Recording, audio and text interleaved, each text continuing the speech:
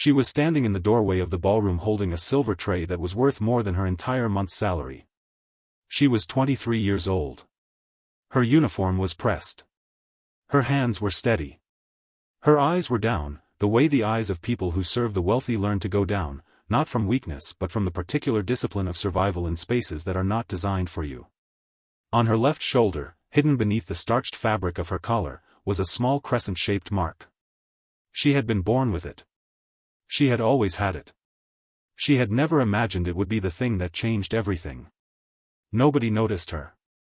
Nobody ever did. She was just another face in the staff. Just another pair of hands keeping the evening functional. But tonight, someone would look. And when they did, nothing in that house, or in that family, or in the city that had watched a grief unfold for 15 years, would ever be the same. Welcome to Bishop Tales, where every week we bring you powerful, emotional, and unforgettable stories that reach you in the places that matter most. If you are new here, please subscribe right now and turn on your notifications so you never miss a story like this one. Drop a comment and tell us where you are watching from tonight. Are you in Nigeria, Ghana, the United Kingdom, the United States, Canada, South Africa, Jamaica, or somewhere else in this world? We love knowing where our family is. Now let us begin. The Ejiofor estate occupied 14 acres of prime waterfront land in the most expensive part of Lagos. The main residence had 40 rooms, floors of polished stone, and ceilings high enough to make the people inside them feel appropriately small in the presence of what money had built. The gardens were maintained by a team of 8. The household staff numbered 22. The monthly running cost of the property exceeded what most Nigerian families earned in a decade. It was the kind of house that cities build monuments around, not the house itself but the idea of it, the idea that ambition executed with sufficient intensity produced things that lasted. Emmanuel Ejiofor had built his fortune in telecommunications and logistics, expanding across West Africa over 3 decades with the patient ferocity of a man who has understood something about emerging markets that his competitors have not yet grasped and has no intention of explaining it to them. He was 61 now, silver at his temples, sharp in the way that men who have survived long enough become sharp, with an economy of expression that made the moments when he chose to speak carry particular weight. His net worth was somewhere in the region of $2.8 billion, though the true number, as is always the case with men like Emmanuel, was higher than the number people were allowed to know.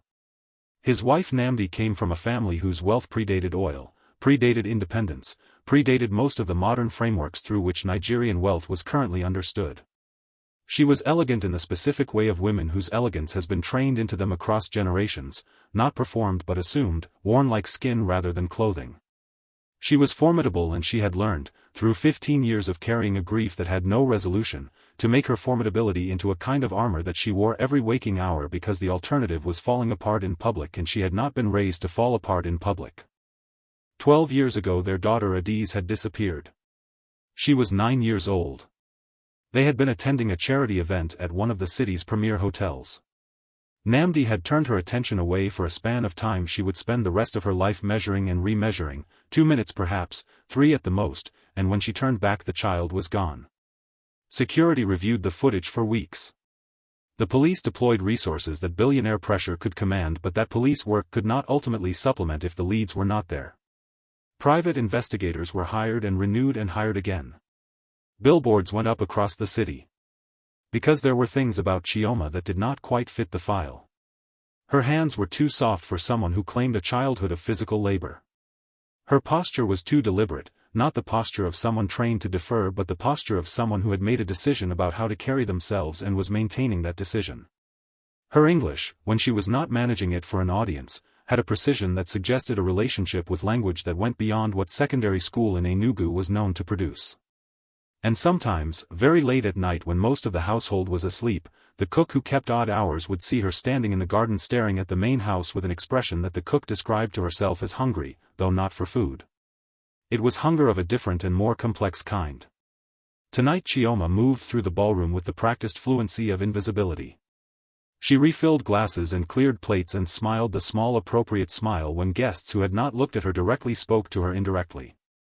She had learned the specific skill of being present without being there, of occupying a room while removing herself from it, and she was skilled at it, had been skilled at it for years. But skills, however refined, are subject to the thing they are designed to prevent. Someone looking. Emmanuel was standing near the entrance to the ballroom, glass in hand, half engaged in a conversation with a government official whose points about infrastructure had been circling the same territory for 20 minutes. His mind was elsewhere. It was always elsewhere on this particular evening. He scanned the room the way he scanned it every year at this event, not looking for anything specific but not being able to stop looking. Across the room Namdi was near the stage, composed and beautiful and carrying 15 years of unresolved loss behind an expression that was trained to reveal nothing. A waiter passed and Emmanuel reached for a fresh glass without breaking eye contact with the minister. His hand contacted an arm. He looked down. It was Chioma. The new one. The quiet one. She apologized immediately and moved to withdraw. Something made Emmanuel say wait. He could not have articulated what. It was the specific quality of unease that arrives when the mind processes something it cannot yet name, the fraction of a second before pattern recognition produces a word. He looked at her face. The cheekbones. The slight gap between her teeth. The quality of her eyes. He said he thought he knew her. She said she did not think so. He said she looked familiar. She said she had one of those faces. He let her go. But the unease remained. He stood with it in his chest and it did not dissolve. Across the room, Namdi had been watching. She had seen Emmanuel stop the girl. She had seen him study her. She did not know exactly why she crossed the room and followed Chioma through the side door into the hallway. She told herself later that it was intuition, though she was not sure that word was adequate. It was something older than intuition and less explicable. She found Chioma in the service hallway, restacking dishes on a tray. Chioma turned when she heard footsteps, startled, immediately professional. Namdi looked at her. She studied her the way she had spent 12 years studying photographs, the dimensions of a face she had loved and lost and tried to hold in her memory against the erosion of time. She asked Chioma her name. She asked where she was from. She asked about her family. Chioma answered each question with the practiced quietness of someone who has given these answers many times and carries no particular feeling about them except the specific flatness of a story that ends in an orphanage. 23 years old. No family. Raised by nuns in Enugu. Found near a market at approximately 5 or 6 years old, no identification, no memory of what came before. Namdi's breathing changed. She was reaching for something. Some reason why this should not be what it was presenting itself as, some explanation for the way her heart was behaving, when Chioma shifted the tray and her collar moved and Namdi saw it. The mark. On the left shoulder, crescent-shaped, precise, dark against brown skin. Namdi had looked at that mark in photographs for 12 years. She had described it to police and investigators and to anyone who would listen in the early years when she still believed description would produce result. She would have known it in any room, in any light, in any context. Her legs stopped working. She grabbed the counter. Chioma dropped the tray and reached for her, asking if she was all right, asking if she should call someone, her voice rising with concern that was genuine and unrehearsed and which Namdi heard from a very great distance while the rest of her processed what she had just seen. She reached out and gently pulled the fabric of Chioma's collar down. The mark was exactly what it had been in every photograph. Every private description. Every sleepless inventory of things that were irreplaceable. She asked where Chioma had gotten it. Chioma said she had been born with it. It was just a mark. Namdi said, in a voice that did not sound like her own, "Come with me now." She took the girl upstairs. Not through the ballroom, not through any space where people would see them. Through the quiet hallways of the East Wing, past the rooms that were never used, to the door that Namdi had not closed in 12 years. Adi's room. She opened it. Chioma stepped in and looked at what 12 years of preserved grief looked like when it occupies a room. The pink walls. The books in their specific arrangement. The drawings on the table exactly where they had been placed. The photographs in their frames. Namdi took one from the dresser and turned it toward Chioma. A little girl, perhaps 8 years old, gap-toothed and laughing, crescent-shaped mark visible on her left shoulder. Chioma looked at the photograph for a long time. Then she looked at Namdi. Then back at the photograph. She said, very quietly, "Who is that?" Namdi said, "My daughter." She disappeared 12 years ago. Chioma shook her head. She said she did not understand. Namdi said the mark on her shoulder was identical to the mark on the child in the photograph. In the exact same position. The exact same shape. Chioma said a lot of people had marks. Namdi said not like this. Not this. Chioma stepped back and said perhaps she should go. Namdi said, do you remember anything from before the orphanage? Chioma hesitated. She said she had tried. She said she had spent years trying. She said there was almost nothing. Namdi asked her about almost. Chioma said there was a room she sometimes thought she remembered. It felt pink. She did not know if it was real or something she had constructed from wanting it to be real. She said she remembered a voice singing, a woman's voice, warm and specific. She said she remembered feeling safe in a way she had not felt safe before or since. She said after that everything was the market in Enugu and the smell of it and the noise of it and a woman who told her to walk and not look back. Namdi walked out of the room. She went directly to Emmanuel. She found him near the staircase. She told him to come. He looked at her face and followed without asking why. When Emmanuel saw the birthmark he went rigid in the specific way of a man whose body understands something before his mind has consented to receive it. His voice, when he spoke, was not quite his own. He asked Chioma her name. Her real name. She said the nuns had given her the name she had. She had no other. He asked how old she was when she arrived at the orphanage. She said she did not remember exactly.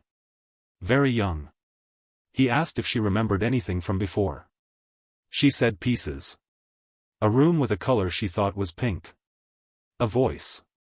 Being frightened. A woman who had taken her hand and told her they had to leave and that things were not safe. Being left near a market and told to walk. After that, only the orphanage. Emmanuel looked at his wife. His wife looked at him. The ballroom full of Lagos society continued beneath them, entirely unaware. He called his personal physician.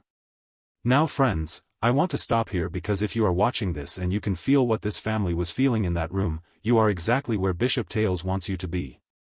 Please like this video right now and leave a comment. Tell us, do you believe this is who they think it is? Tell us what you think is happening. We read every single comment.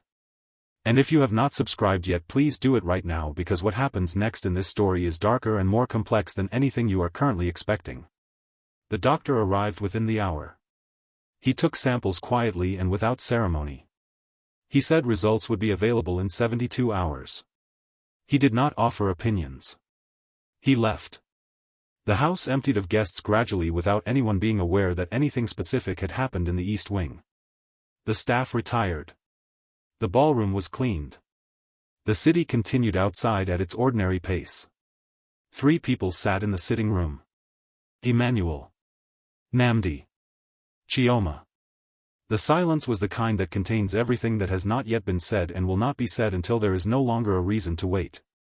Namdi broke it. She said, "You came here deliberately." Chioma looked at her hands. She said yes. She said she had seen the family on television during a feature about the Missing Children's Foundation. She said she had seen their faces and felt something that she could not describe as memory but which was not entirely unlike memory either. She said she had felt pulled toward them in a way that she had not known how to rationalize and had eventually stopped trying to rationalize, had simply applied for the position and arrived.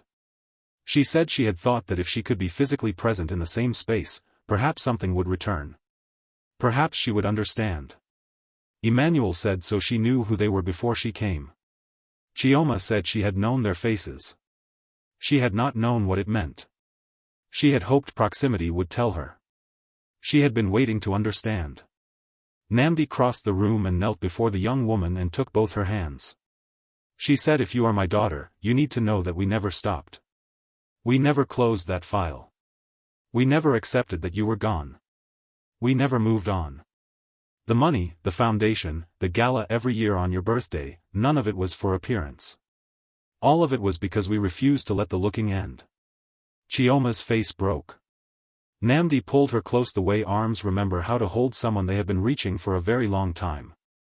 Emmanuel watched from his chair. He wanted it to be true. He was a man who had built his life on not wanting something until the evidence justified the wanting, and the evidence was not yet in. He said, 3 days. Then we will know. Those 3 days moved differently than any 3 days had moved before in that house. Namdi had moved Chioma into a guest room. She wanted her close. She watched every gesture and found things she could not account for without the explanation she was waiting to confirm. The particular way Chioma held a glass. The small unconscious sound she made when she was thinking. The way she positioned herself in a room, always with a wall behind her, always oriented toward the door, the posture of someone who had spent years being cautious in spaces that were not entirely safe. The doctor called on the morning of the 3rd day. He said he would bring the results himself. He arrived at 10 o'clock. He looked at the 3 people sitting across from him and said before he opened the envelope he wanted them to understand that whatever the results contained would alter all of their lives irreversibly. He asked if they were ready. Emmanuel said yes. Namdi took Chioma's hand. The doctor opened the envelope. He read it. He looked up. He said she was their daughter. He said Chioma was Adi's. What followed in that room could not be written with the economy of description that it deserves because it was not an event but a breaking open. Namdi's sound was the sound of something that had been held under enormous pressure for 12 years released all at once, and it was both terrible and the most honest thing that had been spoken in that house in a long time. Emmanuel's face did the particular collapse of a man whose discipline is overwhelmed by something larger than discipline. Chioma, Adi's, sat in the center of it, trembling, unable to feel the full dimension of what she was being told because the full dimension was too large to process in a room, was too large perhaps to process in a year. She was not Chioma. She was Adi's Ejiofor, daughter of one of the wealthiest men on the continent, a child who had been taken at 9 years old and had grown into a woman who cleaned houses and kept her eyes down and carried a crescent-shaped mark on her shoulder that had refused to let the truth stay buried forever.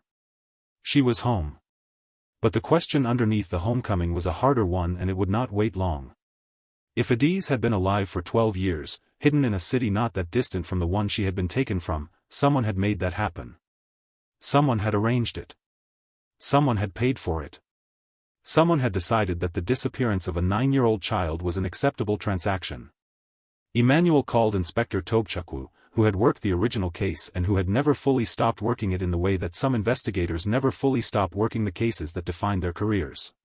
He arrived that afternoon and he looked at Adi's with the expression of a man who has held a file for 12 years and is now looking at the person the file had always been about. He became professional immediately. He said he needed everything. Every memory. Every fragment. Every sensation. Start anywhere, he said. She did. She told him what she remembered. The event. The ballroom. The feeling of being bored and wandering and being found by a woman who was warm and specific and who said she had something interesting to show her if she would come quietly. She told him about the car. She told him about the house, distant from Lagos, a small room, the woman who was mostly kind but who kept her isolated and told her repeatedly that her parents had decided they did not want her anymore and that this was where she would be now. She told him she had been young enough to believe it. She told him about the day the woman had said it was no longer safe, had driven her to Enugu, had left her near a market and told her to walk and not look back. She told him she had walked. What did the woman look like? The inspector asked. Adiz said she could not see her face clearly anymore. But she remembered a scar on her right hand between the thumb and forefinger. She remembered the shape of it. Tobchukwu wrote this down. He pulled old files when he left and spent that night and the following day cross-referencing everything available. He found a name in the hotel staff records from the night of the original gala. A woman, mid-30s at the time, working in event support. Scar on her right hand, documented in a brief follow-up interview from the original investigation that had not been pursued because her answers had been unremarkable. Her name was Ngozi. Her current location, after 12 years and one change of name and a move to a village in Enugu State, was found through a combination of old contacts and patient digital searching. The police arrived before dawn. Ngozi did not run. She had the appearance of a woman who has been waiting for something to find her and has stopped having strong feelings about when. She confessed with the particular honesty of someone who has carried a secret long enough that its removal is a relief rather than a defeat. She said she had been hired. She said she had been paid in cash, a significant amount, enough to resolve a financial crisis that had been threatening to take everything she had. She had been told to take the child, to keep her somewhere safe, to be kind to her, to release her after a period of time in a location far from Lagos. She had done exactly what she was hired to do. She said she had told herself it was temporary. She said she had told herself the child would be found quickly, that the whole thing would resolve in weeks. It had not resolved. She had kept the child for over a year, growing more frightened with each month, and then she had let her go near a market in Enugu because she could not keep going with what she was doing and could not figure out how to undo it. "Who hired you?" the inspector asked.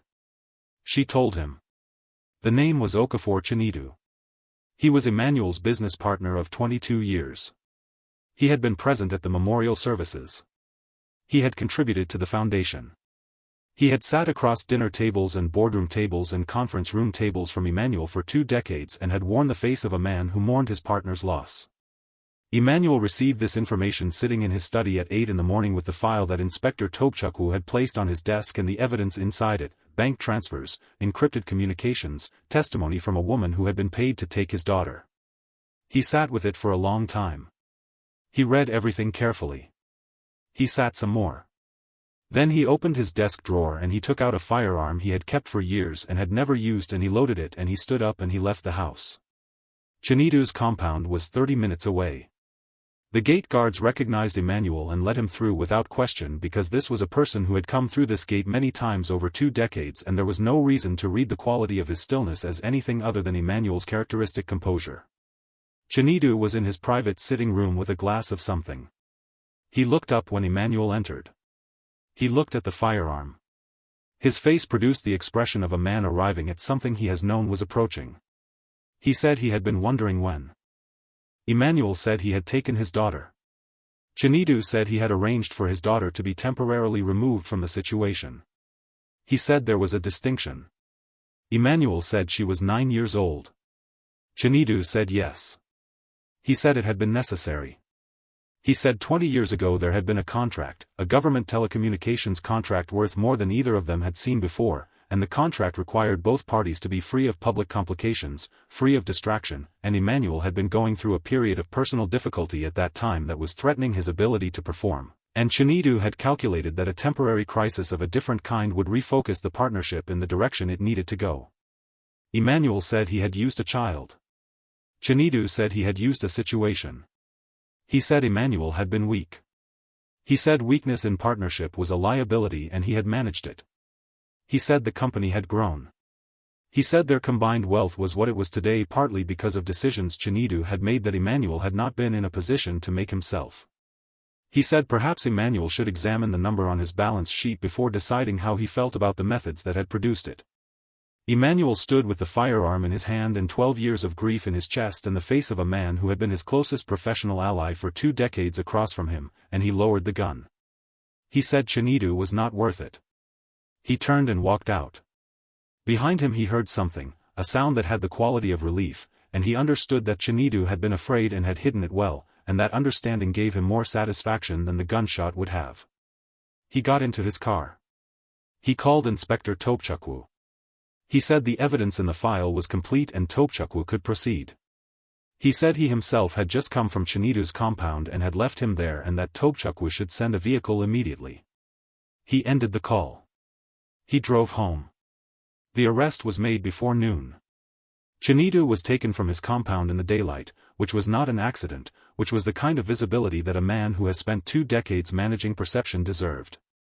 The charges were multiple and the evidence was complete and the process that followed would be long, as these processes are, but its direction was not in question. 6 months after the night of the gala, Adiz stood in front of a mirror in the room that had always been hers, wearing a white dress for the occasion of her formal reintroduction to the world that had been looking for her. Namdi stood behind her, adjusting something at her collar. Adiz looked at her own reflection with the specific uncertainty of a person who has been told who they are but is still in the process of arriving at believing it. She said she still did not feel like the girl in the photographs. Namdi turned her around gently and held her face. She said, "You are her. You have always been her. You just did not know it for a while." Adiz said she had spent her whole adult life believing she was nobody, that she had come from nowhere, that there was no story behind her except the orphanage and whatever came before it that she could not access. Namdi said that was never true. She said the moment Adiz had been born she had been loved with the specific completeness that parents feel before they understand how temporary and fragile possession is, and that love had not changed in 12 years, had not diminished or complicated itself, had simply waited. Adiz closed her eyes. She let herself feel the weight of that for a moment. The full dimension of it. 12 years in institutions and temporary positions and keeping her eyes down and managing her appearance in a way that did not draw attention. 12 years of the specific hunger of not knowing who you were, not in the philosophical sense, in the actual factual biographical sense, of not being able to answer when someone asked where you came from. 12 years of carrying a mark on her shoulder that had always been there and that had finally, on a night she had not calculated but had simply appeared at, spoken the truth about who she was.